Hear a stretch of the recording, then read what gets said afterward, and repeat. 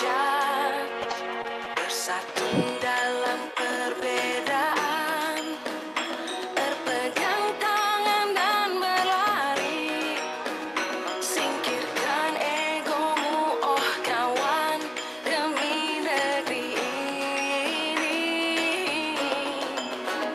Jadilah generasi emas, cerdas berkarakter itu kita, berjuang dan harus berani, kita terus torehkan prestasi.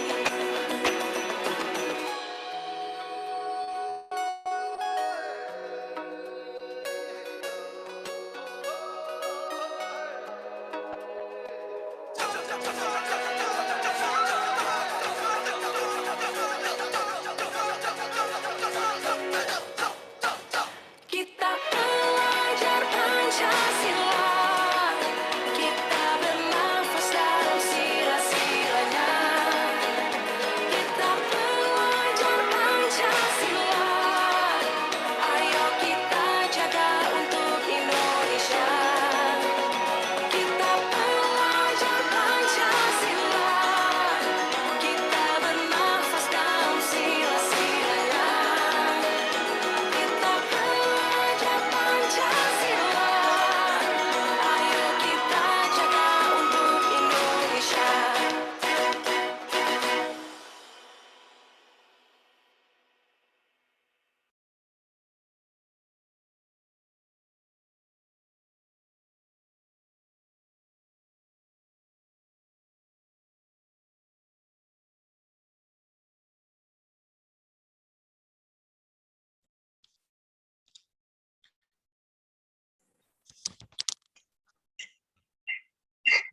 Baik, selamat pagi untuk kita semua, mahasiswa sekalian.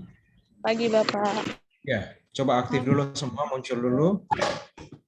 Kalian standby ya di depan kamera masing-masing supaya kita bisa mulai perkuliahan pada pagi menjelang siang hari ini.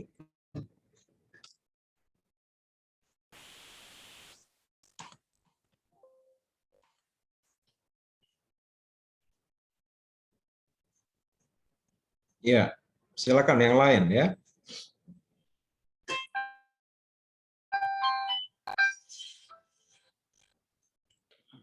Bapak, saya izin nyalakan kameranya terlambat, Pak. Saya lagi ada rapat soalnya, Pak. Saya sambil Zoom. Ya, silakan.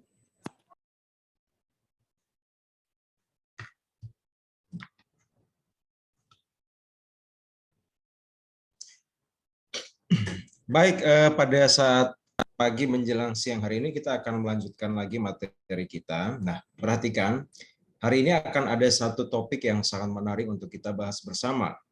Ini merupakan respon dari bagaimana kita sudah mempelajari ya pengamalan sila Pancasila secara khusus dari sila 1 sampai sila kelima yang sudah dipaparkan ya dan sudah dipresentasikan oleh Anda semua. Karena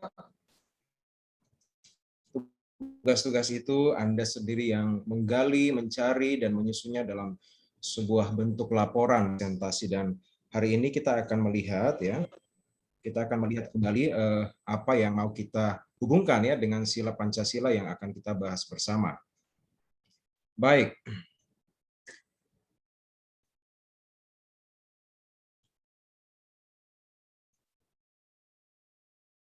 Maya.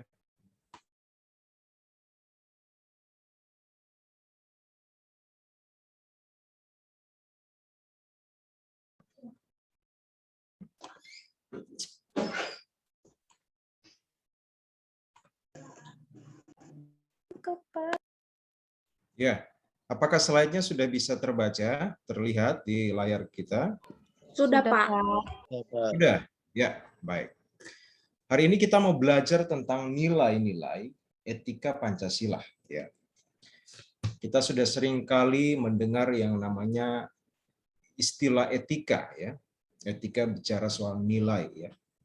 Nilai sopan santun, ya, estetika, ya, kemudian norma, ya, Dan saya pikir kata etika itu bukanlah sesuatu yang asing bagi kalian ya, sudah sering kita dengar. Nah, tetapi bagaimana kita melihat hubungan antara Pancasila dan juga sistem etika. Nah, sebelum kita lebih jauh membahas tentang Pancasila dan sistem etika, ya, saya mau mengajak kita untuk menyaksikan beberapa tayangan video ya. Kiranya tayangan video ini boleh memberikan satu gambaran bagi kita tentang yang namanya etika ya.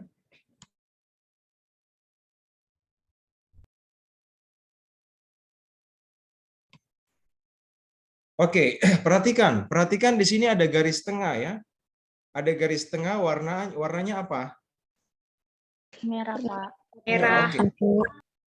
Saya mau kelompokkan yang di sebelah kanan itu adalah human atau manusia ya. Sedangkan yang di sebelah sini saya kelompokkan inilah hewan-hewan. Nah, mari kita lihat. Kita lihat beberapa contoh yang saya pikir menarik ya. Kita jadikan sebagai sebuah pelajaran berharga. Mari kita lihat yang pertama. Semoga bisa dilihat.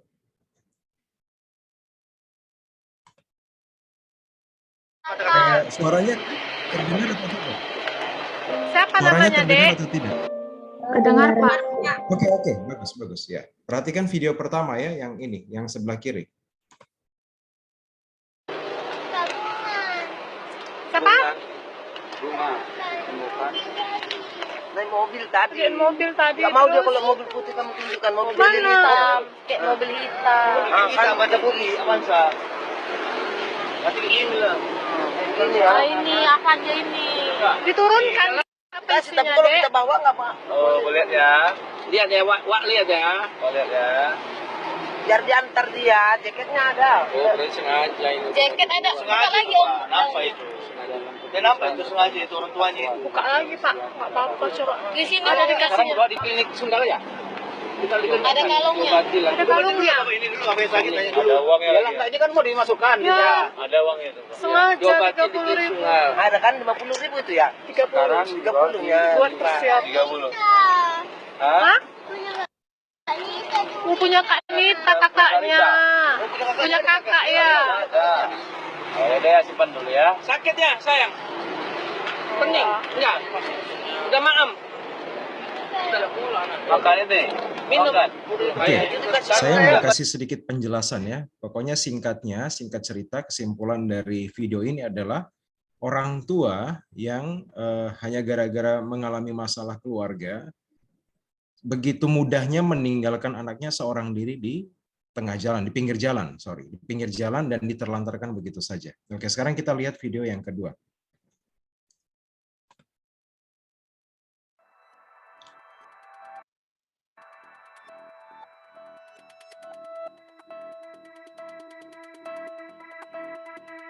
Orang UPTD malah buang sampah sembarangan. Orang UPTD loh yang buang sampah itu.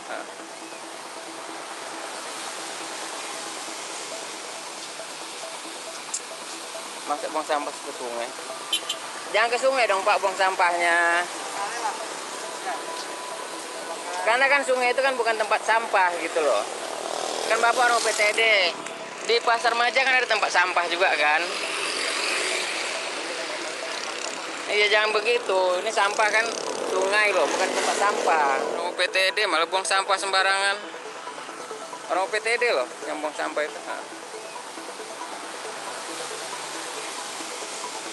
Oke, ceritanya petugas kebersihan ya, yang secara resmi ditugaskan digaji oleh pemerintah, yang seharusnya membuang sampah pada tempatnya, tetapi justru melakukan tindakan membuang sampah di sungai dan mencemari, tentu saja mencemari sungai tersebut. Perhatikan video yang ketiga.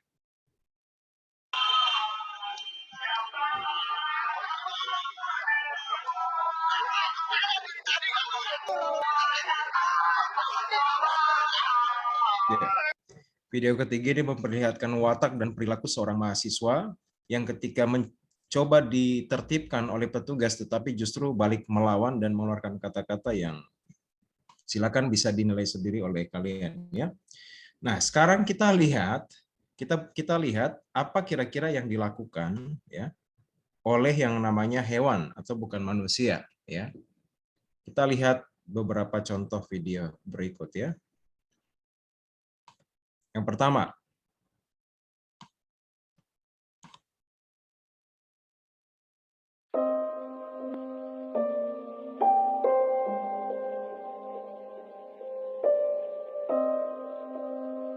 ini sepertinya hewan ini ya, seperti hewan berang-berang ya, kalau tidak salah ini hewan berang-berang. Sebab jalan ketika menyeberang dan lihat apa yang mereka lakukan.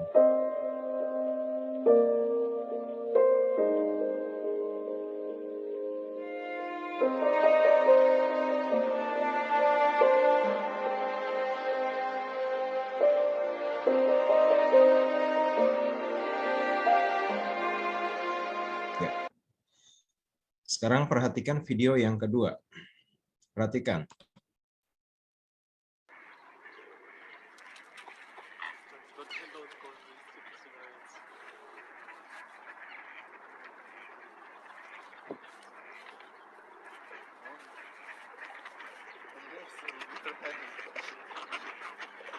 Itu kira-kira hewan apa itu?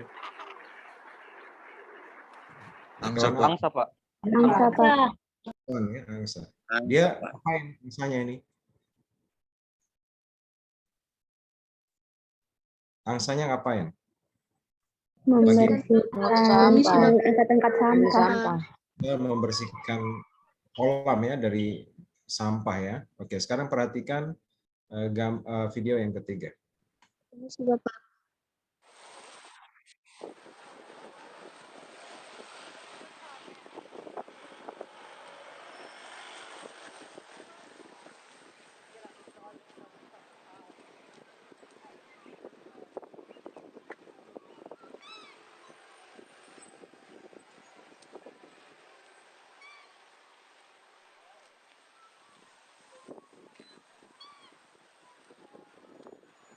Anda perhatikan ya, perhatikan dua induk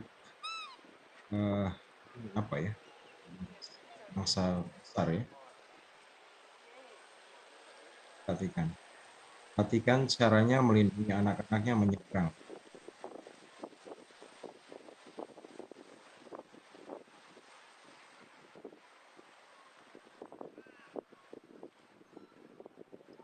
Ketika anak-anaknya tidak berusaha menyeberang, perhatikan.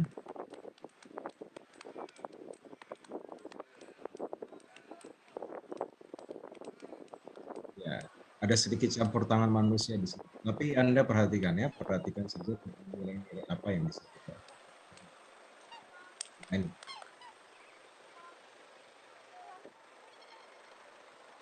Ketika anak-anaknya berdiam, ya, induknya tidak meninggalkan, tapi berusaha untuk apa namanya, selalu bersama-sama. Oke.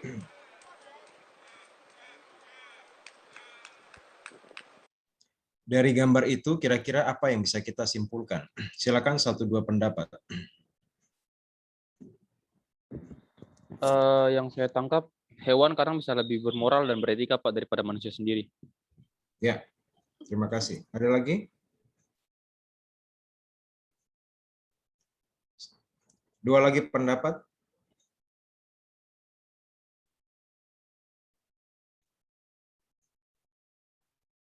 Yang lain bisa mengerti tidak kira-kira gambar itu?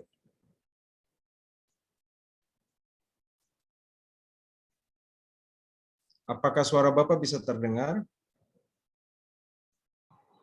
Permisi, Bapak. Ya, Suara silakan. Bapak. Ya, suara Bapak putus-putus. Iya, Bapak. Dan videonya juga tadi macet-macet saya. Jadi tidak terlihat jelas, Oke. Bapak. Iya. Berarti jaringan ya. Oke, kalian yang lain yang mungkin sempat melihat dengan jelas videonya, mungkin bisa kasih komentar supaya tidak hanya Alfian saja, saya mau lihat komentar dari kalian.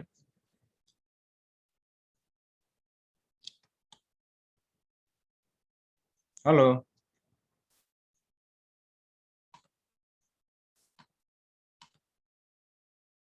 Alfian, apakah suara saya masih putus-putus? Tidak, Pak, dari tadi tidak. Kalau di saya tidak. Mungkin jaringan beberapa orang. Oke, berarti yang lain mungkin lagi tidak semangat ya, kurang begitu semangat untuk mau merespon. Tidak apa-apa, kita lanjutkan ya. Semoga itu tadi bisa memberikan gambaran kepada kita bicara soal yang namanya etika, ya.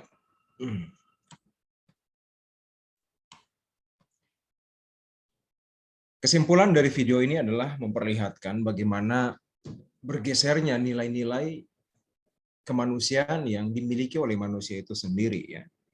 Padahal kata manusia itu kan berasal dari kata human, ya. Human itu artinya nilai, nilai-nilai manusia, nilai-nilai kemanusiaan. Bagaimana berperilaku selayaknya seorang manusia. Tetapi semakin hari kita melihat pergeseran nilai-nilai moral dan juga etika yang begitu nampak ya dalam kehidupan masyarakat. Nah, meskipun demikian, juga tentu saja banyak ya orang-orang yang masih mempertahankan nilai-nilai etika dalam kehidupan mereka. Ini hanya beberapa contoh saja yang menunjukkan bahwa dalam kehidupan kita, ya, dalam kehidupan bersosial itu kita mudah sekali menjumpai yang namanya pergeseran atau lunturnya nilai-nilai moral dan etika dalam kehidupan masyarakat, ya. Aja dulu dia pas selamat baru di klinik baru nangis lah dia. Oke, perhatikan. Masa buang sampah. Nah, pernahkah Anda mendengar tentang kata etika, ya? Perhatikan, ya.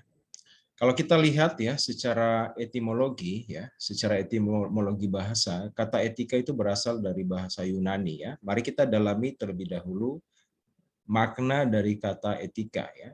Berasal dari kata ethos, ya, yang artinya tempat tinggal yang biasa. Nah, perhatikan kenapa artinya itu tempat tinggal yang biasa. Perhatikan. Saya mencari tahu mengapa arti kata ethos atau kata etika dari bahasa aslinya, bahasa Yunani, itu memiliki arti tempat tinggal yang biasa. Nah, ternyata kata biasa ini menunjukkan perilaku manusia yang sudah selazimnya, yang sudah biasa dilakukan. Ya, manusia itu terkenal dengan nilai-nilai kehidupan moral dan etika, punya malu, punya rasa.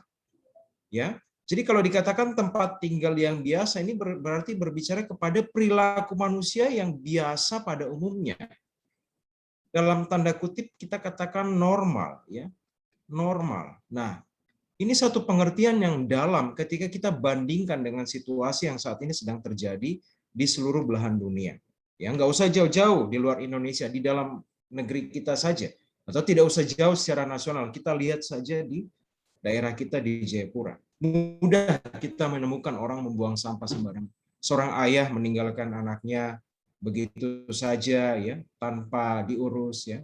Ibu dengan tega, ya, melukai anaknya. Dan masih banyak lagi kasus-kasus yang menunjukkan bahwa manusia itu sudah meninggalkan yang namanya kenormalan mereka sebagai manusia. Kenormalan ini atau yang biasa ini ditinggalkan dan menjadi yang namanya abnormal. Nah, abnormal inilah yang kita lihat itu sebagai suatu bentuk perilaku-perilaku menyimpang. Atau artinya mereka, orang-orang tertentu, ya, yang sebenarnya menyadari bahwa dia sebagai manusia harusnya melakukan yang namanya, melaksanakan atau mewujudkan yang namanya perilaku beretika. Tetapi justru dia memilih untuk meninggalkan budaya normal itu dan melakukan yang namanya budaya abnormal atau tradisi yang tidak normal. Nah, itulah sebabnya ya kata etos ini sebenarnya sederhana. Manusia selayaknya, menjadi manusia selayaknya. Ya. Manusia selayaknya itu seperti apa? Ya tentu saja manusia yang punya etika. Karena ketika seorang manusia itu diciptakan oleh Yang Maha Kuasa, itu sudah diperlengkapi dengan yang namanya pikiran, akhlak, nilai, ya, naluri dalam diri, hati nurani, dan lain sebagainya. Tetapi ketika seseorang itu meninggalkan yang namanya etika atau etos itu, yang dikatakan tempat tinggalnya yang biasa, dan pergi mencari satu tempat tinggal baru yang bukan tempat tinggalnya, dan melakukan perilaku yang bukan merupakan perilakunya, maka dikatakan dia tidak beretika. Ya. Sampai di sini bisa dimengerti ya? Menarik ya, saya pikir ini cukup menarik kita bahas ya. Nah, secara etimologis ya perhatikan, etika berarti ilmu tentang segala sesuatu yang biasa dilakukan atau ilmu tentang adat kebiasaan. Adat kebiasaan yang layak yang biasa dilakukan oleh manusia, lumrah dilakukan oleh manusia. peradaban manusia itu menunjukkan bahwa manusia pada dasarnya memiliki nilai-nilai etika dalam dirinya. Tahu membedakan mana yang baik, mana yang benar, mana yang salah, ya. Mana yang baik, mana yang tidak baik, mana yang benar, mana yang salah. Mana yang beretika, mana yang tidak beretika. Mana yang memalukan, mana yang terhormat. Mana yang tampaknya aneh, ya, dan mana yang tampaknya biasa. Nah, tetapi pada dasarnya, ya, pada dasarnya kecenderungan kehidupan manusia itu kita tidak bisa pungkiri bahwa ada juga yang sengaja karena kepentingan-kepentingan pribadi, karena memang punya niat-niat tertentu demi kepentingan pribadi, menghalalkan segala cara yang tidak normal tersebut, sehingga dilakukan dan terjadi yang namanya penyimpangan atau pelanggaran etika. Nah, etika ini punya konsekuensi yang berat ya dalam kehidupan sosial. Karena apa? Karena ini bicara soal nilai, perasaan. Ya.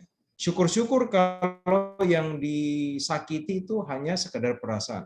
Tapi kalau seandainya korban jiwa melayang hanya gara-gara persoalan masalah etika, nah saya pikir itu dampak yang luar biasa. Nah, perhatikan ya, pada umumnya ya etika dimengerti sebagai pemikiran filosofis mengenai segala sesuatu yang dianggap baik atau buruk dalam perilaku manusia. Ya, jadi ini punya kaitan dengan filsafat Pancasila ya. Bagaimana seseorang itu bisa menentukan perkara-perkara baik dalam dirinya dan juga perkara-perkara buruk dalam dirinya.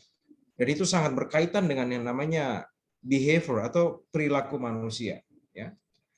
Etika selalu terkait dengan masalah nilai. Sekali lagi, etika ini selalu terkait dengan masalah nilai. Nilai apa? Nilai ujian, bukan ya? Tentu bukan ya. Nilai-nilai norma, ya. Nilai-nilai moral, ya. Sehingga perbincangan tentang etika pada umumnya membicarakan tentang masalah nilai, baik atau buruk. Nah, jadi ada dua ya, dua oposisi ya, baik dan buruk. Selalu ada pada dua oposisi. Sehingga kalau kita di tengah-tengah itu ya kadang-kala dikatakan sebagai orang yang pelin-pelan ya, orang bermuka dua ini kalau kita berada di tengah-tengah. Ya.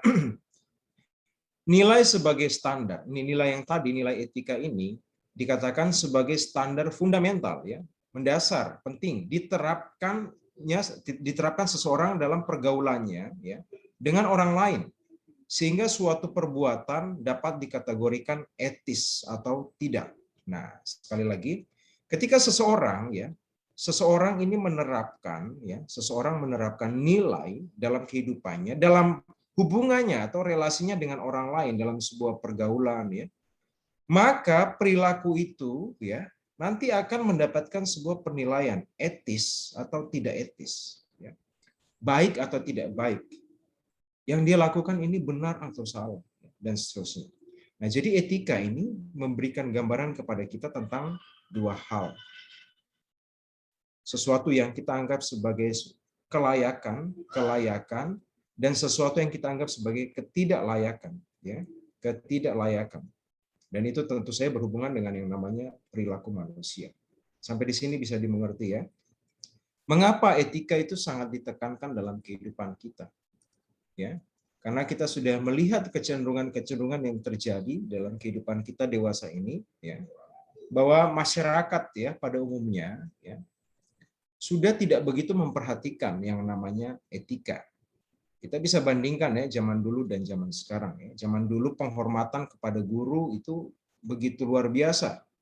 Kalau Bapak jalan ya waktu SD, SMP itu kalau jalan kita mau lewat depan guru itu kita rasa sungkannya luar biasa ya. Bukan takut tapi kita rasa sungkan. Kita rasa sungkan karena begitu menghormati guru. Kalau perlu itu saya putar ya, saya putar jauh ya. Saya mutarnya itu jauh, kalau bisa jangan lewat depan guru.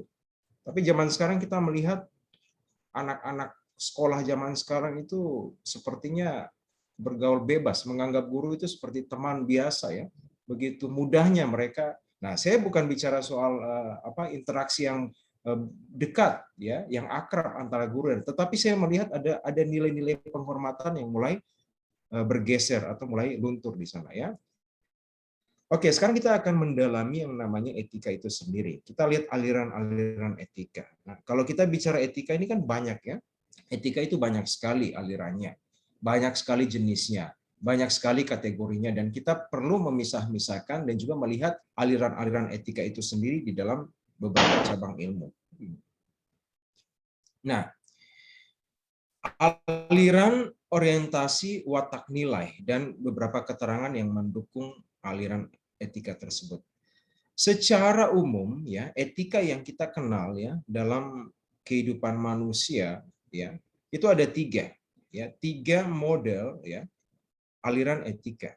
Yang pertama kita sebut sebagai etika keutamaan. Orientasinya seperti apa? Orientasinya itu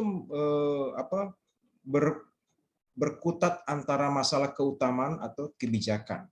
Ya, contohnya watak-watak nilai yang ada di dalam etika keutamaan itu bicara soal keharusan untuk disiplin, keharusan untuk jujur, belas kasihan, ya, murah hati dan seterusnya. Banyak nilai-nilai tentang bagaimana seseorang manusia itu dikatakan kind atau baik. Ya. Nah, moralitas yang didasarkan pada agama kebanyakan menganut etika keutamaan. Nah, etika keutamaan ini seringkali kita temukan dalam ajaran-ajaran agama. Ya.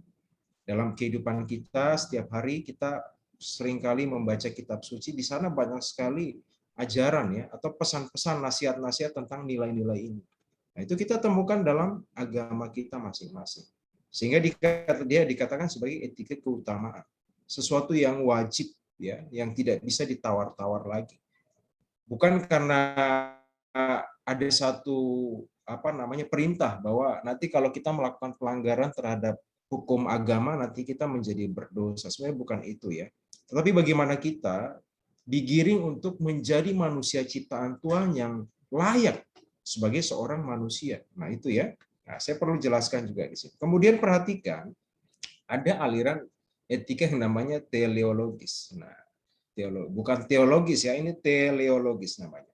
Nah, teleologis ini dipercaya oleh orang-orang atau umat manusia. Dia memiliki orientasi terkait dengan konsekuensi atau akibat. Nah, jadi teleologis ini suatu bentuk pemikiran yang ada dalam diri seseorang yang akan berpikir bahwa apa yang dia lakukan itu nanti akan berdampak pada konsekuensi atau akibat.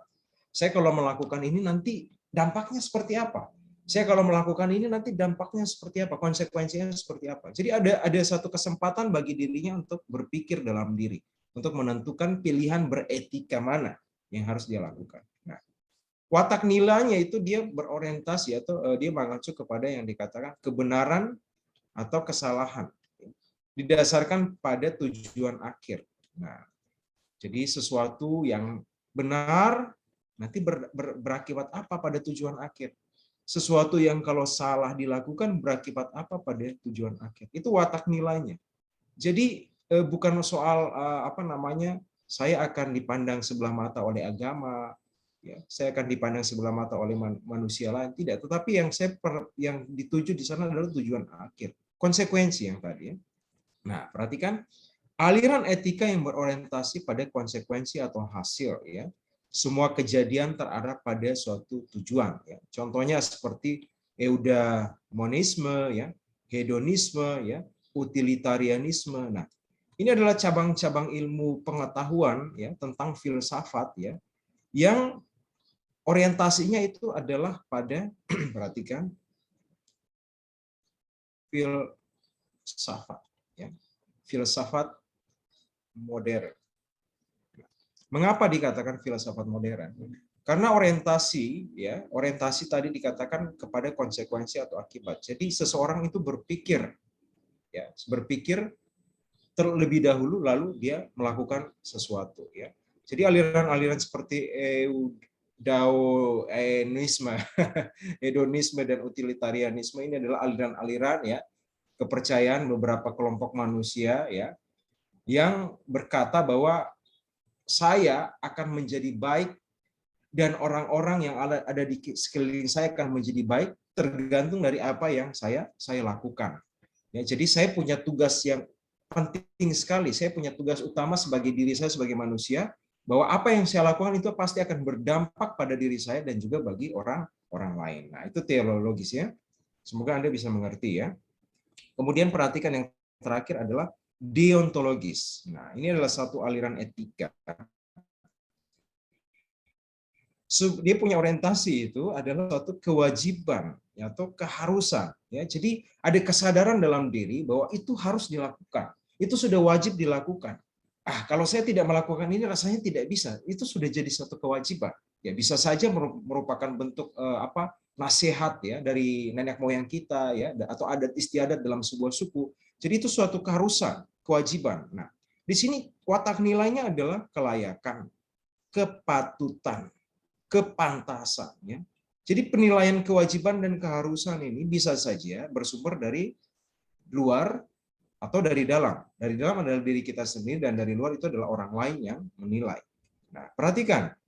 Pandangan etika yang mementingkan kewajiban seperti halnya pemikiran Immanuel Kant ya. Immanuel Kant ini bicara tentang suku-suku bangsa yang terkenal dengan sikap imperatif kategoris ya. Perbuatan baik dilakukan tanpa pamrih. Nah, perhatikan. Deontologis ini mengajarkan seseorang bahwa dia melakukan suatu bentuk perilaku yang beretika, karena itu adalah suatu kesadaran dalam dirinya. Wajib saya lakukan. Keharusan ya. Bahwa kalau saya tidak melakukan itu, saya merasa diri tidak layak. Saya merasa diri tidak patut ya, tidak patut menjadi seorang manusia. Kepantasan ya. Saya tidak pantas dikatakan sebagai manusia. Nah, jadi deontologis ini merupakan kesadaran pribadi yang muncul dari dalam diri kita. Kemudian pertanyaannya, aliran etika mana yang perlu kita ikuti, yang perlu kita jadikan sebagai pedoman? Tentu saja bukan salah satu, ya. Tetapi semua aliran etika keutamaan ini perlu kita lihat orientasi dan watak-watak nilainya masing-masing. Dan perlu kita ambil beberapa remah-remah yang positif daripadanya, sehingga itu kita jadikan sebagai pedoman dalam kita melaksanakan seluruh perilaku kita sebagai manusia yang beretika. Nah, jadi etika keutamaan ya, teologis dan deontologis ini semuanya itu dirangkum menjadi satu kesimpulan, dan itu dijadikan sebagai dasar untuk merumuskan yang namanya Pancasila. Karena Pancasila itu kan tidak berdiri sendiri. Pancasila itu selalu berusaha untuk mencari hal-hal baik dari segala sumber. Ya. Nah, itu sesuatu yang perlu kita pahami, bahwa Pancasila itu tidak pernah menutup diri. Pancasila itu selalu terbuka untuk melihat hal-hal baik apa yang bisa dijadikan sebagai penambah nilai ya dalam tubuh Pancasila itu sendiri. Ya. Nah, perhatikan.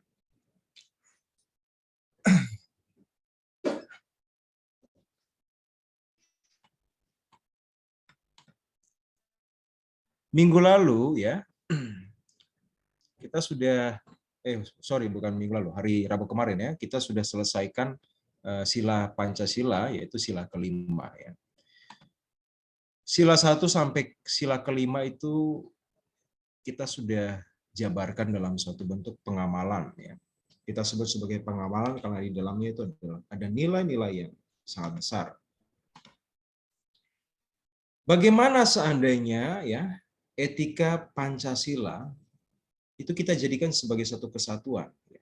Kata etika dan juga Pancasila ini kita gabungkan sehingga menjadi satu kesatuan. Sehingga dapat diberikan satu arti, akan ada muncul sebuah makna atau arti tertentu yang kita lihat. Ya. Etika Pancasila adalah cabang filsafat yang dijabarkan dari sila-sila Pancasila untuk mengatur perilaku kehidupan bermasyarakat, berbangsa, dan bernegara di Indonesia.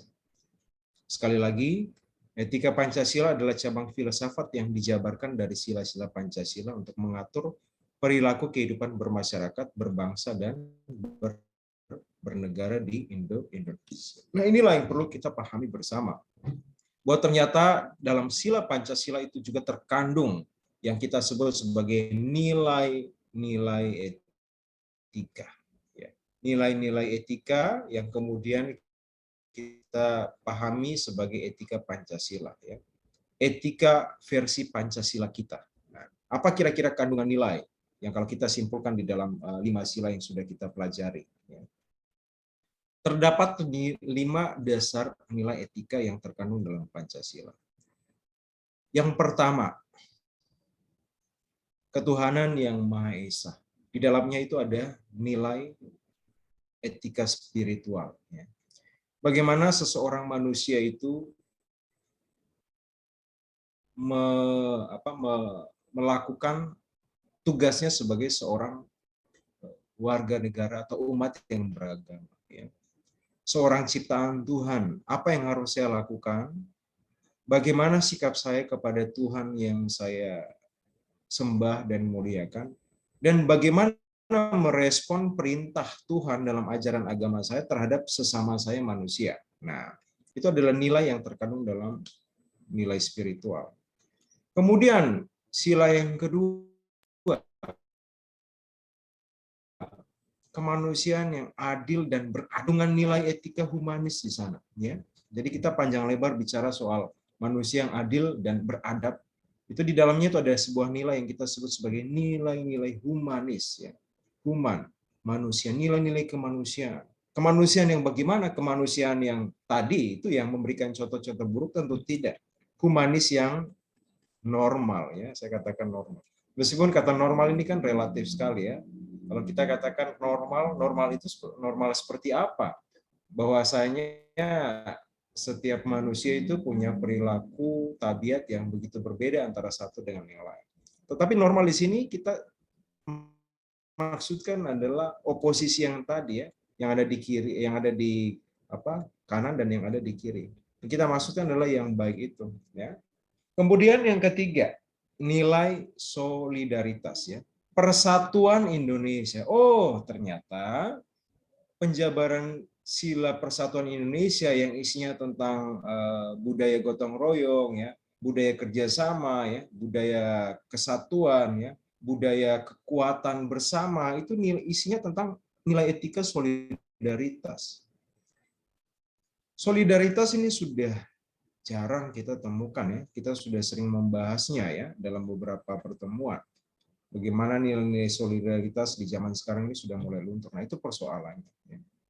Kemudian sila keempat ya, kerakyatan yang dipimpin oleh hikmat kebijaksanaan dalam permusyawaratan perwakilan. Meskipun orientasinya itu kepada struktur pemerintahan ya, bagaimana kita melakukan demokrasi, tapi ternyata di dalamnya itu ada nilai etika yang kita sebut sebagai penghargaan akan orang lain atau penghargaan terhadap orang lain. Benarkah sampai saat ini manusia itu masih melakukan yang namanya penghargaan akan orang lain? Kita sudah menemukan juga banyak kasus-kasus di dalam kehidupan kita sehari-hari ya, banyak tayangan-tayangan ya, video-video di media sosial yang menunjukkan bahwa nilai penghargaan akan orang lain itu sudah mulai luntur. Banyak ya. Contohnya Anda lihat di YouTube saja ya, klik di kolom searching ya. Tak beretika, manusia tidak beretika. Nah, ketika kita tulis begitu, banyak sekali video-video yang muncul, entah itu video amatir ya, video yang sudah dikemas dalam bentuk berita dan lain sebagainya, menunjukkan bahwa manusia zaman sekarang itu sudah tidak begitu mau mempedulikan atau menghargai orang lain. Nah, ini nilai yang keempat yang kita lihat dari etika Pancasila. Yang kelima, keadilan sosial bagi seluruh rakyat Indonesia. Nah, kalau ini kan kita sudah lihat ya, orientasi kata adil itu lebih kepada bagaimana kita memberikan satu bentuk keadilan kepada orang lain. Keadilan yang dimaksudkan ya di sila kelima, etika yang berbicara tentang sila kelima itu adalah nilai kepedulian. Nah, ternyata di dalam nilai atau etika kepedulian itu sudah terkandung yang namanya bagaimana kita adil, ya. Bagaimana kita berempati kepada orang-orang yang membutuhkan pertolongan, bukan hanya pertolongan secara finansial ya, bahkan mungkin dalam bentuk wujud kasih sayang, ya. Dalam wujud pesan-pesan moral yang bisa kita bagikan ya. Dan itulah yang kita lihat maknanya sebagai suatu kepedulian. Perhatikan mahasiswa sekalian, Anda sebagai mahasiswa ya, perhatikan. Anda harus justru menunjukkan respon bagaimana kita telah mempelajari yang namanya etika Pancasila dan mewujudkan itu di dalam kehidupan kita sehari-hari. Sehingga Anda layak dikatakan sebagai seorang mahasiswa. Karena mahasiswa itu pada dasarnya ya, dikategorikan sebagai anak-anak muda yang mendapat bekal lebih ya. Saya katakan mendapat bekal lebih karena mereka masuk pada bangku perguruan tinggi, bangku kuliah ya. Dan di sana diajarkan banyak sekali, bukan hanya soal ilmu pengetahuan, tetapi nilai-nilai. Nilai-nilai moral dan etika yang harus dilakukan dalam kehidupan sehari-hari. Tidak bisa dipungkiri bahwa dalam dunia kampus ya, seorang mahasiswa itu akan mendapatkan banyak sekali pengalaman berharga terkait dengan ilmu pengetahuan dan juga terkait dengan nilai-nilai etika. Seorang mahasiswa itu akan lebih punya pengalaman bagaimana menghadapi manusia-manusia lain, orang-orang lain yang dia temukan dalam kehidupan sehari-hari. Itu tidak bisa dipungkiri. Nah, jadi saya sekali lagi saya berikan dorongan kepada kita, tolong kalian perhatikan etika Pancasila, ya, etika Pancasila yang di dalamnya termuat 5 nilai. Ya, 5 nilai yang harus kita pahami secara menyeluruh. Ya. Dan kita perhatikan urgensi Pancasila sebagai sebuah sistem etika. Apa sih urgensi yang saat ini menjadi ukuran bahwa sistem etika itu harus dan wajib kita implementasikan di dalam kehidupan kita? Nah, perhatikan. Ini adalah masalah darurat yang sudah sering dihadapi ya. Bahkan bukan masalah yang asing dalam kehidupan kita. Kasus-kasus berat ya, kasus ringan sampai kasus berat terkait dengan korupsi, terorisme, ya, pelanggaran HAM, ya, kesenjangan sosial, ketidakadilan hukum, kurangnya kesadaran membayar pajak. Ini merupakan contoh dari materi yang pernah saya berikan ya, Pancasila dan siapa yang masih ingat? Pancasila dan permasalahan bangsa. Kalian masih hadir? Masih ada ya? Oke. Masih, Pak. Masih, Pak. Perhatikan jadi. Diam-diam jadi. Jangan sampai sudah tidur ya. Oke, ini adalah materi yang pernah Bapak berikan, Pancasila dan permasalahan bangsa. Nah, inilah urgensi sistem etika yang harus kita perhatikan saat ini, karena kita sudah diperhadapkan dengan persoalan-persoalan yang begitu perlu mendapatkan perhatian. Ya. Nah, apa kira-kira solusi yang paling baik, paling ideal yang bisa kita gunakan di dalam mengatasi persoalan-persoalan yang berat-berat tadi itu? Kalau kita lihat dasarnya, masalah korupsi, ini bicara soal apa? Soal etika. Seorang yang tidak memiliki etika, mudah saja dia mencuri, mengambil yang bukan haknya, ya. Tidak merasa bersalah. Itu kan tadi ya, ada perasaan konsekuensi bahwa kalau saya mencuri ini dampaknya bagi masyarakat apa? Dia tidak memikirkan persoalan itu. Kemudian masalah terorisme, perhatikan.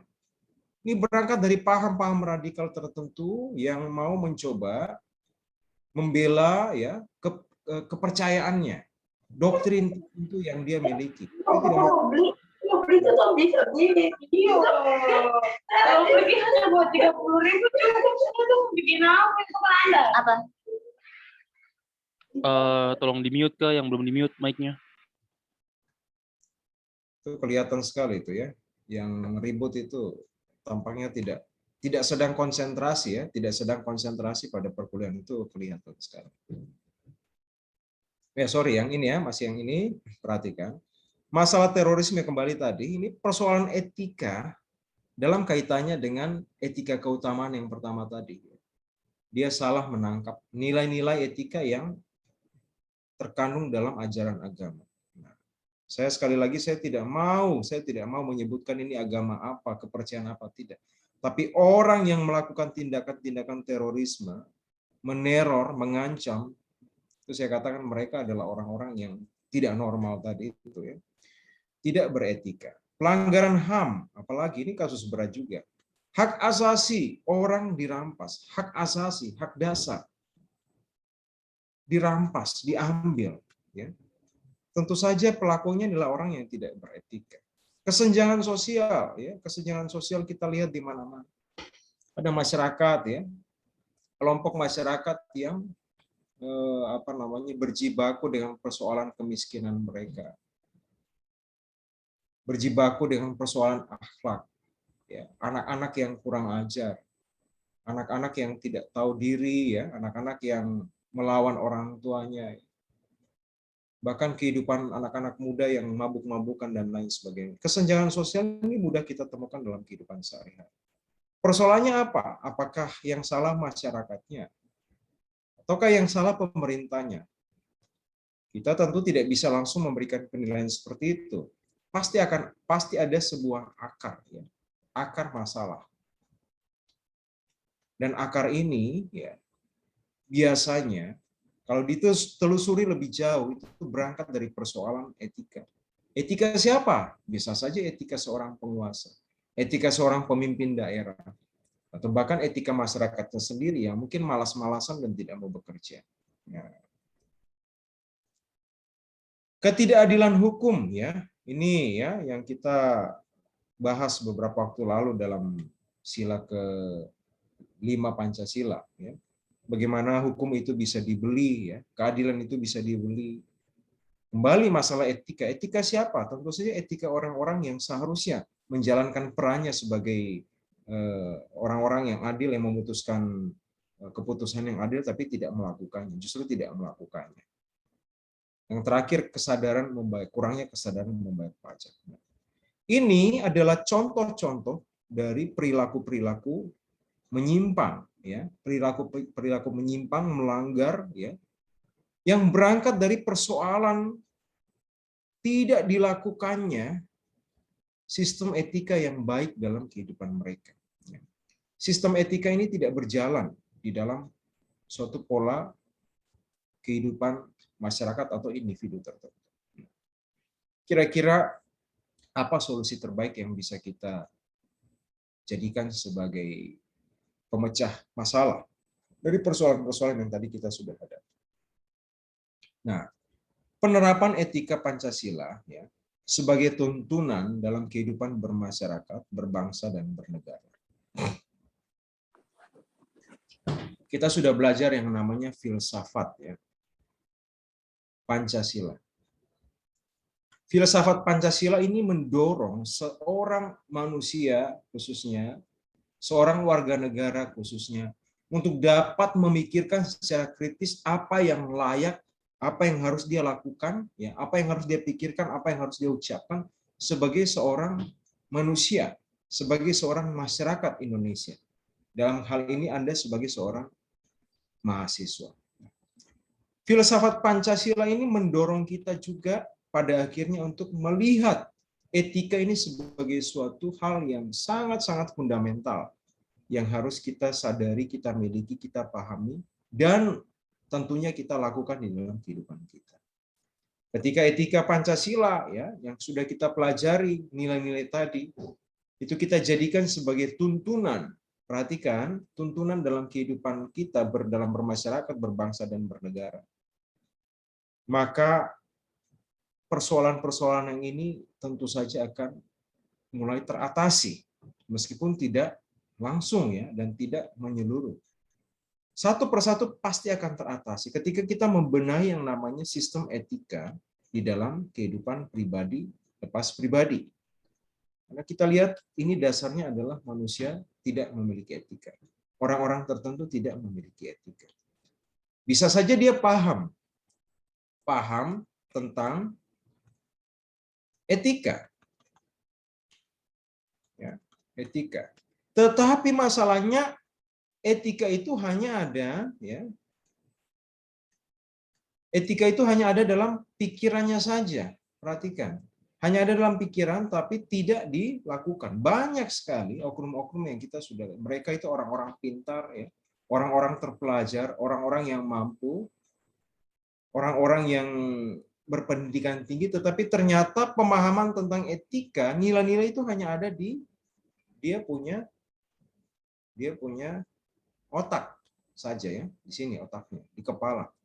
Disimpan saja di sini, tapi tidak mau dilakukan. Nah, itu ibaratnya ada pepatah mengatakan kalau kita hanya percaya tapi kita tidak melakukan, maka kepercayaan kita itu menjadi sia-sia. Nah, menarik, ya. Nah, alasan munculnya, ya, perhatikan. Nah, sorry ini Bapak tidak bisa baca.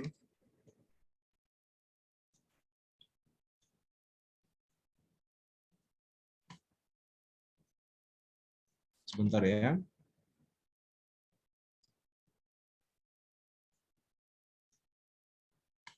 Oke. Nah, alasan munculnya Pancasila sebagai sistem etika, ya. Mengapa Pancasila itu pada akhirnya, ya, Pancasila itu pada akhirnya didesak, ya, untuk bagaimana merumuskan yang namanya sistem etika. Dan sistem etika itu adalah sesuatu wawasan kebangsaan yang harus tampil, harus muncul di dalam kita mempelajari Pancasila. Mengapa? Perhatikan. Persoalan dekadensi moral itu berdampak pada masalah korupsi yang merajalela.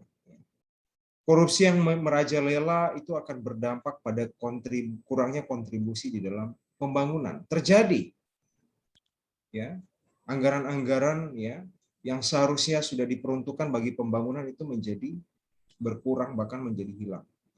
Akhirnya masyarakat kecewa, masyarakat sakit hati, ya, dan akhirnya masyarakat mulai melakukan yang namanya tindakan-tindakan anarkis, ya, tindakan-tindakan kriminal, dan mulai melakukan pelanggaran hak-hak asasi manusia.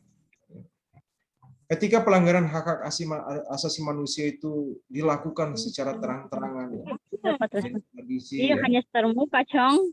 Lijang apa? Lijang itu. Dia tahu banyak respon dia baik. Baik, memang ganteng, Kak. Tolong di-mute ke mic-nya. Siapa ya itu? Nah, ya.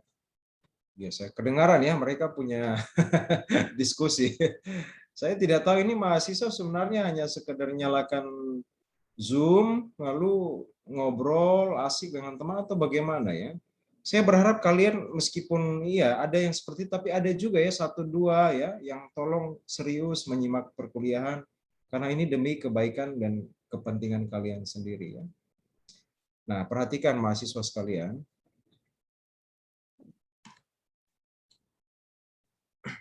Ini Bapak kan lagi di ruang kerja ini ya. Bapak lagi di ruang kerja. Ini di depan kampus ya. Di depan kampus ini sedang terjadi perkelahian ini. Saya lagi lihat ini. Kalau saya putar kamera ke sana kayaknya nggak akan kelihatan. Pertengkaran yang terjadi itu antar anak-anak SMP sendiri. Mereka baku pukul di depan jalan. Kelihatan ya. Nah. Di daerah mana itu, Pak? Bapak kan di kampus Otto Gessler ya. Di kampus Otto Gessler. Nah, perhatikan. Ini ada sesuatu yang aneh ya. Ini langsung ya, ini cerita nyata ya di depan kita semua ya. Jadi pertengkaran antara anak-anak SMP terjadi ya. Kemudian di kiri kanan itu ada orang dewasa, ada mahasiswa ya. Bahkan di situ saya lihat kayaknya ada guru-guru juga yang tidak mau melerai, yang tidak mau memisahkan ya. Hanya dinonton begitu saja.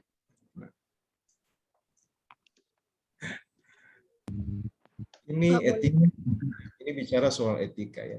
Saya sampaikan ini karena ini di depan mata kita sendiri ya, yang menyaksikan saya dan saya ceritakan kepada kalian. Kita perhatikan nilai-nilai ini memang nilai-nilai etika itu sudah semakin tergerus, ya, luntur dan lain sebagainya. Saya tidak tahu ya masalah apa yang terjadi, cuma kalau menurut saya, ketika kita melihat anak-anak SMP yang berseragam itu bertengkar, saling baku pukul, baku hantam, harusnya tugas kita ya sebagai orang-orang yang sudah dewasa ya, harusnya kita melerai. Harusnya kita memisahkan ya, bahkan kita ajak duduk baik-baik ya, dan kita tanyakan masalah apa yang terjadi ya. Kalau perlu kita damaikan mereka ya, supaya tidak terjadi pertengkaran selanjutnya. Biasanya kan anak-anak muda itu kalau sudah tawuran itu kan saling balas-membalas ya kan. Oke ya, kita lanjutkan lagi ya. Ini hanya selingan sedikit. Selingan yang live ya. Oke. Nah, jadi perhatikan ini tangga-tangga masalah ini ya, tangga-tangga masalah. Moral ini kan bicara soal etika ya. Dekadensi moral ini artinya perilaku etika manusia itu sudah mulai hilang, sudah luntur ya. Akhirnya mulai perilaku korupsi, Korupsi, kerugian negara berakibat pada kurangnya kontribusi dalam pembangunan, habis uang ya, sudah tidak bisa membangun atau membangun tapi dengan kualitas semen yang jelek, akhirnya bangunan itu cepat roboh, cepat rusak, jalannya cepat rusak ya. Dan akhirnya masyarakat mulai mengeluh, kecewa ya, marah-marah. Masyarakat karena sudah susah, miskin, bentuk kekecewaannya adalah mulai melakukan aksi-aksi anarkis ya, melakukan tindakan-tindakan kriminal ya dan lain sebagainya, dan akhirnya berdampak pada yang namanya kerusakan lingkungan. Nah, perhatikan lingkungan di sini saya bukan hanya bicara soal lingkungan alam ya, bukan hanya pohon ya, sampah, bukan. Kerusakan lingkungan di sini artinya kerusakan habitat manusia itu sendiri. Ekosistem manusia yang normal itu menjadi rusak. Di mana ekosistem manusia yang rusak? Di mana saja, kapan saja bisa terjadi. Ketika ada suatu perbuatan ya yang berangkat dari persoalan tidak dilakukannya sistem etika yang baik dan benar, tidak dilakukannya, tidak diimplementasikannya etika Pancasila, hanya sekedar dimengerti di otak pintar ya, pintar soal teori, tapi tidak melakukan, maka lihat dampaknya itu akan terjadi yang namanya kerusakan hebat lingkungan. Kerusakan sosial, kerusakan ekonomi ya, kerusakan lingkungan budaya, kerusakan lingkungan ya segala macam, keamanan, kerusakan lingkungan alam bahkan ya. Dan itu menjadi persoalan yang luar biasa. Nah, saya pikir mudah ya kita bisa memahami kausalitas atau dampak sebab akibat yang muncul hanya gara-gara dari masalah dekadensi moral. Runtuhnya nilai-nilai etika dalam diri seseorang atau sekelompok orang yang nanti akan berakibat pada rusaknya lingkungan. Lingkungan ini bisa bicara soal bangsa. Dalam konteks yang besar itu bisa bicara soal bangsa. Bisa bicara soal lingkungan kita yang paling kecil ya. Kota kita ya, Kota Jayapura, provinsi kita ya, Papua, bahkan bisa jadi dalam skala nasional itu negara kita Indonesia ini. Rusak lingkungannya. Kenapa? Karena manusia-manusianya mengalami yang namanya satu fase ya. Fase tidak melakukan sistem etika dan akhirnya berdampak pada perilaku-perilaku menyimpang lainnya. Saling berkaitan, saling berhubungan, saling berinteraksi satu dengan yang lain. Ya. Nah, perhatikan ya. Ini simbol-simbol yang begitu berharga bagi kita. Mulia sekali. Saya selalu ya, Bapak itu tidak pernah berhenti ya, kagum ya. Kagum, bangga, terharu dengan yang namanya Pancasila. Kenapa? Karena bagi saya itu ya, selama Bapak sebagai seorang pengajar, mengajar yang namanya nilai-nilai Pancasila itu sepertinya terharu begitu. Bahkan kadang-kadang tuh ingin rasanya menangis. Karena apa? Sepertinya Pancasila ini adalah anugerah Tuhan yang luar biasa bagi kita. Aduh, saya tidak bisa bayangkan kalau dari dulu kita yang berbeda-beda ini, kita terus perang ya. Kita di Papua saja ada 250 suku besar. Bayangkan kalau kita tidak bisa saling menerima satu dengan yang lain, pasti perang suku itu akan terus terjadi. Atau bahkan mungkin kita antar daerah ingin memisahkan diri dari Indonesia. Orang Sumatera mau merdeka, orang Kalimantan mau merdeka, orang Sulawesi mau merdeka. Bayangkan apa yang terjadi. Tentu saja kita akan hidup dalam konflik berkepanjangan setiap. Tetapi luar biasa ini. Ya. Syukur kepada Tuhan yang Maha Esa, yang Maha Kuasa. Karena kita dianugerahi satu pemberian, yaitu sistem ideologi yang bisa mengakomodir kehidupan kita yang begitu berbeda dan beragam ini. Mulia sekali. Mulia sekali. Mulia sekali. Di dalam setiap simbol ini terkandung nilai-nilai yang begitu besar yang sudah kita pelajari bersama ya, dalam pengamalan Pancasila yang sudah Anda kerjakan sendiri. Jadi bagaimana perhatikan ya keyakinan bangsa Indonesia bahwa Tuhan sebagai penjamin prinsip-prinsip moral. Tindakan manusia yang mengandung implikasi dan konsekuensi moral. Mementingkan masalah bangsa di atas kepentingan individu dan kelompok. Prinsip musyawarah untuk melaksanakan yang namanya mufakat. Menonjolkan keutamaan. Peduli dan yang terkandung dalam nilai keadilan. Nilai-nilai ini yang membuat kita bisa hidup rukun sampai saat ini. Kalau tidak ada Pancasila, kita menjadi negara yang gagal. Dari dulu, saya katakan kita pasti sudah gagal. Kalau Pancasila itu tidak ada. Ya. Nah. Beberapa pesan terakhir ya, sumber moral dan inspirasi bagi penentu sikap tindakan dan keputusan yang diambil setiap warga negara. Itu menjadi langkah pertama yang harus kita lakukan. Kemudian yang kedua, memberikan guidance atau penuntun, ya, panduan bagi setiap warga negara sehingga memiliki orientasi yang jelas dalam tata pergaulan baik lokal, nasional, regional maupun internasional. Ya, perhatikan. Jadi ini adalah langkah-langkah bagaimana kita mengamalkan yang namanya etika Pancasila dalam kehidupan kita sehari-hari. Selanjutnya pada langkah yang ketiga, ya, sistem etika itu akan menjadi dasar analisis bagi berbagai kebijakan yang dibuat oleh penyelenggara negara. Perhatikan. Jadi etika itu akan menjadi dasar analisis. Baik itu dalam perumusan undang-undang, ya, dalam memutuskan suatu kebijakan. Ya. Etika Pancasila itu menjadi dasar analisis yang dibuat oleh negara dalam rangka penyelenggaraan negara itu sendiri. Dan yang keempat, perhatikan. Inilah fungsi yang utama dari etika Pancasila dalam memfilter, ya, memfilter atau menyaring, ya, pluralitas. Mengapa Pancasila itu menjadi sebuah filter? Ya, karena kita itu pada dasarnya beragam. Kita ini plural, ya. Plural itu kita beragam, kita majemuk.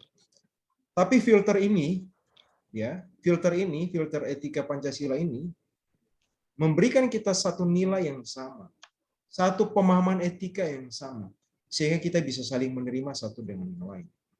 Kita beruntung, ya, beruntung sekali karena apa? Karena 6 agama yang kita anut di negara kita, yang tadi yang saya jabarkan sebagai aliran etika keutamaan itu, ternyata semuanya mengajarkan nilai-nilai yang sama tentang etika. Gimana menjadi seorang manusia yang sopan, yang baik hati, yang santun, yang bermoral, ya, yang toleran, yang berempati, yang peduli, dan lain sebagainya. Jadi perhatikan, kalau ada satu ajaran, kalau ada satu kepercayaan, kalau ada satu panduan di mana mengajarkan Anda untuk membenci orang lain yang berbeda dengan Anda perhatikan kembali ajaran itu. Apakah ajaran itu salah atau benar? Ya? Setiap ajaran agama yang kita anut, yang kita miliki itu pasti mengajarkan kita untuk dapat menerima, menyayangi setiap orang yang sama dengan kita, meskipun mereka berbeda. Ya. Tetapi selama kita adalah sesama manusia, maka kita harus saling menghargai, saling memberikan dorongan dan semangat. Begitu juga ketika kita merespon orang-orang yang melakukan pelanggaran, kesalahan. Apakah kita langsung membenci mereka? Nah, kadang situasi ini membuat kita ragu, ya. Pak, apakah orang-orang yang berbuat jahat itu pantas untuk kita benci? Saya berikan contoh minggu lalu. Bagaimana seorang anak remaja itu melakukan tindakan-tindakan yang keliru karena berangkat dari ketidaktahuan dia, belum dewasanya pribadinya. Ya. Bahkan mungkin orang-orang dewasa yang melakukan tindakan-tindakan tidak terpuji. Secara pikiran dia sadar, dia mengerti, tetapi ternyata dalam kehidupannya dia justru melakukan bentuk-bentuk penyimpangan. Berarti yang bisa kita simpulkan adalah secara mental dia tidak dewasa. Mungkin secara usia iya. Secara usia iya dia dewasa, tapi ternyata secara mental dia belum dewasa. Sama dengan elit-elit politik, elit-elit bangsa, pejabat-pejabat yang melakukan korupsi itu. Saya katakan mereka mungkin tampak dewasa dari segi penampilan usia, tapi ketika mereka melakukan pelanggaran akan undang-undang, pelanggaran akan aturan-aturan yang sudah diamanatkan oleh Pancasila, dia adalah orang yang tidak dewasa, kekanak-kanakan, ya, saya katakan seperti itu. Oke, ini manfaat besar yang bisa kita pelajari dari yang namanya etika Pancasila. Ya. Mari beretika, mari beretika mulai dari sekarang. Jangan sampai kita tidak beretika. Nah, makanya kadangkala ya kita sering menemukan ada sebuah istilah yang kita sebut sebagai kode etik. Kode etik ini adalah sebuah patokan, ya, panduan bagaimana menyatakan seseorang warga negara itu salah atau benar. Setiap instansi, setiap ranah itu punya kode etik. Kode etik seorang mahasiswa, kode etik seorang pegawai, ya, kode etik seorang tentara, polisi, kode etik seorang wakil rakyat, kode etik pengadilan, ya, kode etik legislatif, ya, dan lain sebagainya. Jadi semua kelompok komunitas masyarakat itu selalu diatur dengan yang namanya aturan kode etik. Bagaimana seseorang itu melakukan apa yang layak dia lakukan sebagai seorang manusia yang aktif pada organisasi atau kelompok-kelompok tersebut. Ya. Jadi karena etika itu begitu berharga, begitu penting untuk dilakukan, sehingga kode etik itu kadang-kala tidak bisa disingkirkan. Itu selalu menjadi satu aturan mendasar dalam budaya kerja, administrasi, birokrasi dimanapun. Ya. Nah, kesimpulan ya, Pancasila sebagai sistem etika adalah cabang filsafat yang dijabarkan dari sila-sila Pancasila untuk mengatur perilaku kehidupan bermasyarakat, berbangsa, dan bernegara. Sekali lagi, filsafat Pancasila sebagai sistem etika adalah cabang filsafat yang dijabarkan dari sila-sila Pancasila untuk mengatur perilaku kehidupan bermasyarakat, berbangsa, dan bernegara. Pentingnya Pancasila sebagai sistem etika ya adalah untuk menjadi rambu normatif. Ini dia ya. Rambu normatif dalam mengatur perilaku kehidupan bermasyarakat. Nah, rambu normatif. Kita tahu rambu ya.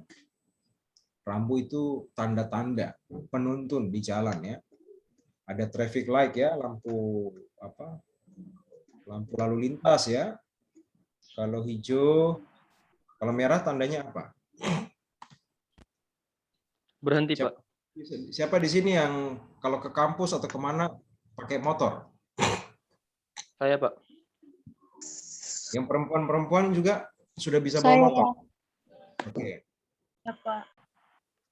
Intermezzo sedikit ya. Kalau warna merah itu artinya apa? Berhenti. Oke. Tanda berhenti, Pak.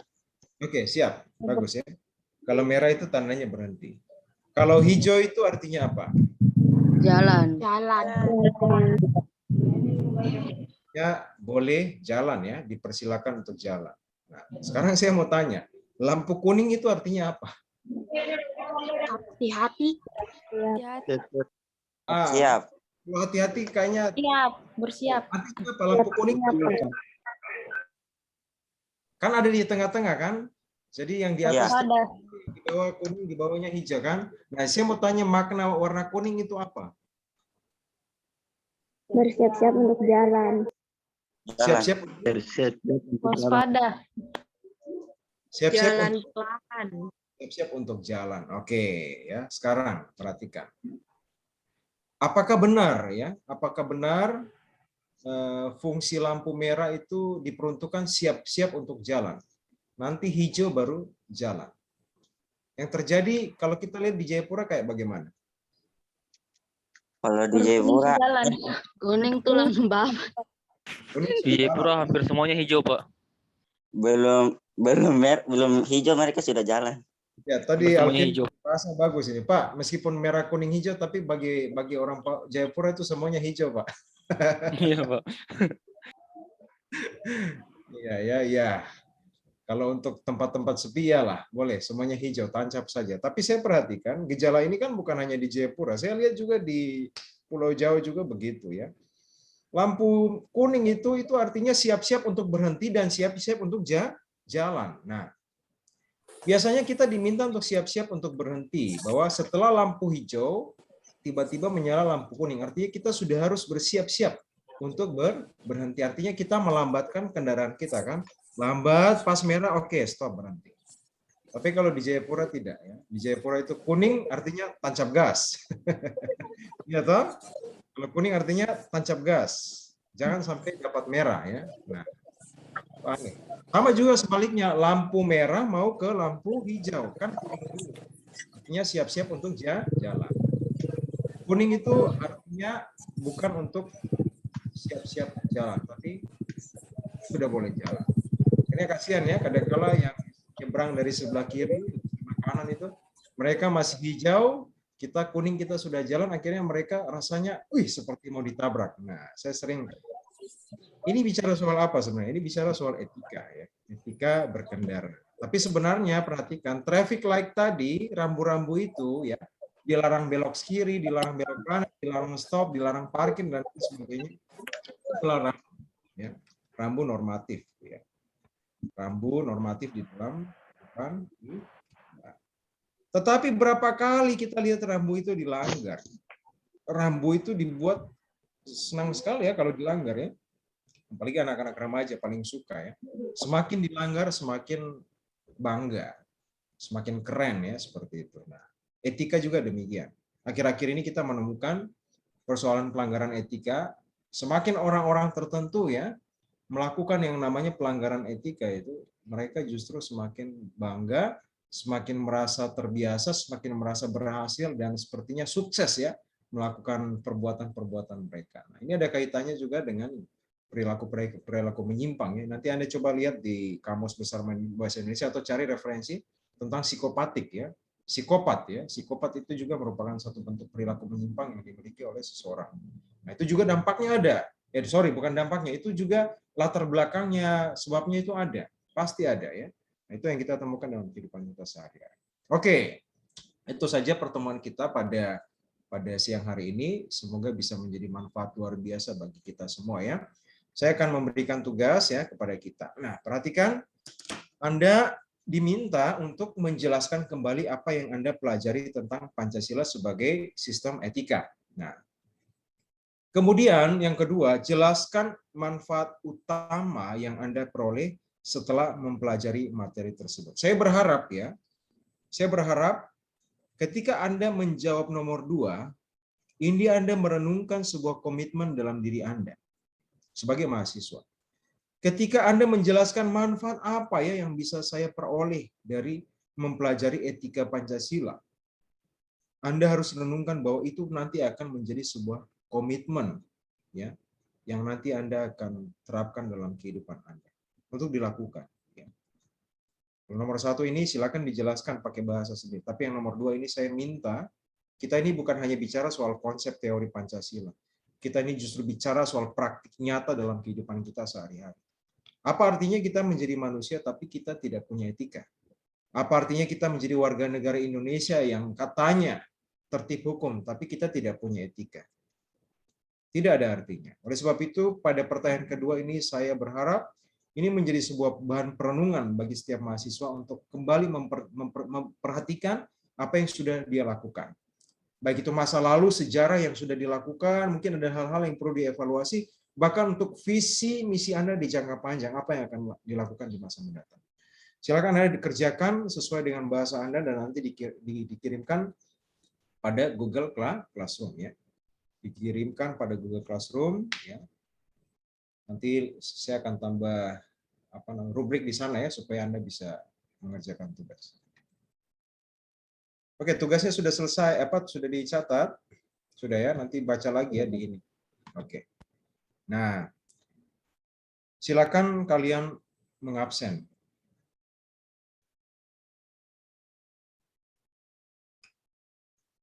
Sambil absen, saya berikan kesempatan ya pada 1 atau 2 mahasiswa yang mau bertanya atau mau memberikan respon atau memberikan pendapatnya tentang diskusi kita hari ini, materi kita hari ini. Apa pendapat kalian tentang persoalan etika? Kalau dilihat, kita tarik garis dan kita melihat situasi yang saat ini sedang terjadi tidak usah jauh-jauh ya, di lingkungan kita saja. 1, 2 pendapat, atau mungkin ada yang mau bertanya, silakan.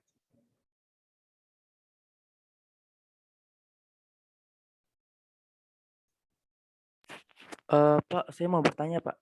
Silakan, Alfian. Ya. Kan dari yang kita lihat di kehidupan kita saat ini di Indonesia khususnya, itu kan banyak Pak bentuk dari gagalnya implementasi Pancasila di kehidupan umum. Ya kayak yang tadi Bapak bilang, kebanyakan etika atau nilai Pancasila itu sendiri ternyata ada di pikiran mereka aja. Nah, itu sampai sekarang kan itu berjalan dari awal yang orang bilang tuh sistemnya nggak berjalan lancar, Pak. Makanya banyak kayak ketidakadilan dan banyak faktor-faktor lain yang sampai Ya. dibilang tuh Indonesia nggak adil dan lain-lain gitu, Pak. Nah, kira-kira siapa yang punya peran penting utama? Kalau kita bilang peran penting dari masyarakat kan susah, Ya. Pak, untuk masyarakat berubah sepenuhnya 100% nggak bisa, Pak. Nah, Ya. kira-kira siapa yang pemegang kunci paling penting untuk merubah nasib Indonesia kayak Oke. gini, Pak? Ya. Terima kasih Alfian. Pertanyaan yang sangat bagus sekali dan sangat menarik untuk dijawab ya. Nah, saya kasih ilustrasi supaya kita punya gambaran. Anda tahu anak kecil tidak? Kita tahu ya anak kecil itu seperti apa. Anak kecil itu tidak mandiri. Anak kecil itu butuh orang dewasa supaya mereka bisa hidup ya. Anak kecil itu tidak tahu itu jurang ataukah itu apa tempat bermain. Dia akan masuk. Nah, saya sudah katakan bahwa perilaku kekanak-kanakan itu tidak hanya bicara soal usia ya, kematangan dewasa ya, kematangan usia. Orang sudah dewasa sekalipun punya perilaku seperti anak-anak ya, itu yang saya katakan. Nah, berarti kita bisa simpulkan bahwa orang-orang yang seperti ini mereka tidak dewasa ya. Psikologi mental mereka itu tidak dewasa. Meskipun tampaknya bijaksana, wah kalau bicara itu bagus sekali ya. Kalau bicara itu seperti orang paling bijaksana di Indonesia. Tapi ternyata koruptor, ternyata pemerkosa, ternyata pedofil. Kita bisa simpulkan bahwa ada area-area tertentu dalam mental dan psikologi dia yang tidak dewasa. Nah, kalau tidak dewasa berarti kita kategorikan sebagai anak-anak. Nah, langkah apa yang paling baik? Langkah terbaik adalah harus ada sosok yang benar-benar dewasa sejati yang bisa memberikan bimbingan, dorongan, arahan, didikan kepada orang-orang model seperti ini. Yang terjadi saat ini adalah tidak seperti demikian. Yang terjadi sebenarnya ada wadah-wadah pendidikan, edukasi terkait moral dan etika, tetapi orang semuanya merasa pintar. Nah, itu masalahnya. Seharusnya Anda ini, para koruptor ini harus masuk pada satu wilayah, pada satu tempat pembinaan di mana akhlak, perilaku, etika itu dididik di sana. Anda harus dididik di sana. Tapi karena dia merasa sudah paling bagus, itu kan artinya bermuka dua kan, akhirnya kecolongan ini. Dia harusnya mengikuti yang namanya pelatihan kepemimpinan, etika, pelatihan tentang watak, karakter, dan nilai-nilai moral. Banyak sekali ya. Kan BIP ya, Badan Pembinaan Ideologi Pancasila itu kan banyak sekali digagas ya, diselenggarakan ya. Makanya Presiden punya pusat itu ya, yang saya pernah jelaskan itu unit kerja ya, pengamalan Pancasila itu kan sudah dibuat di setiap daerah-daerah. Tetapi orang selalu menghindar karena merasa diri sudah benar. Nah, jadi langkah apa yang terbaik yang bisa kita lakukan adalah kita sendiri yang harus dewasa.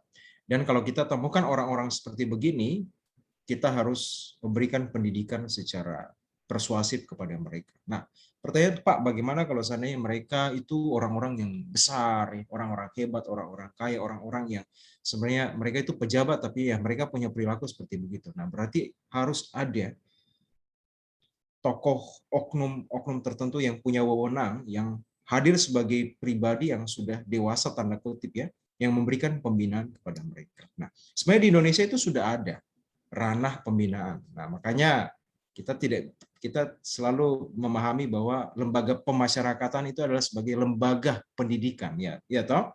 Jadi namanya juga lembaga pemasyarakatan.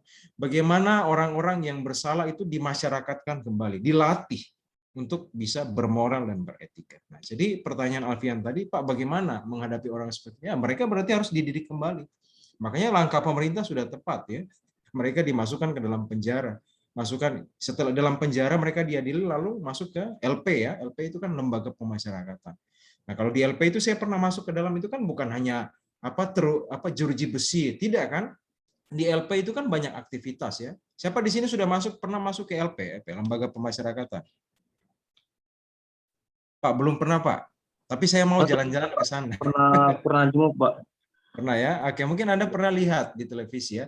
Jadi di LP itu banyak ya, selain mereka punya kamar-kamar ya, sel-sel tahanan ya, tempat mereka tidur, ada juga ranah-ranah aktivitas atau ada unit-unit yang mereka bisa kerjakan.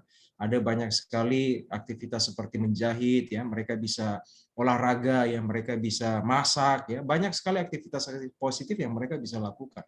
Selain itu, mereka selalu rutin diberikan pembinaan. Itu ada seminar-seminar terkait dengan wawasan kebangsaan, ya, dan juga implementasi nilai-nilai Pancasila dalam kehidupan mereka. Nah, jadi pertanyaan Alfian tadi, bagaimana Pak orang-orang ini, ya, mereka dididik oleh pemerintah yang sudah dewasa. Nah, siapa mereka? Mereka adalah orang-orang yang memang punya hati untuk mau memanusiakan kembali oknum-oknum yang tidak dewasa tanda kutip tadi, ya. Itu kira-kira Alfian yang bisa Bapak jawab, ya. Terima kasih untuk pertanyaannya. Siap Pak, makasih Oke. Pak. Ya. Oke, waktu sudah menunjukkan pukul 11:30, ya. Kalau masih ada pertanyaan, mungkin satu lagi.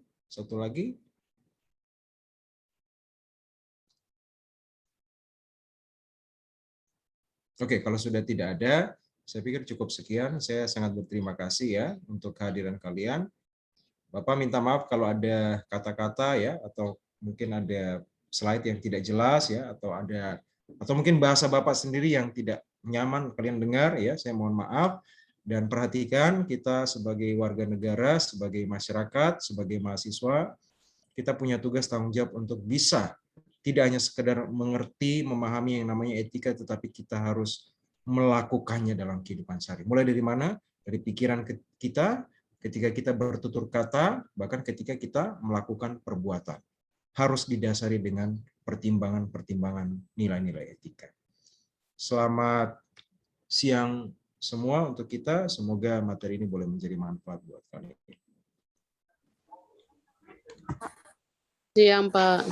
Siang, Pak. Makasih. Siang, Pak. Makasih. Siang, Bapak. Terima kasih, Bapak.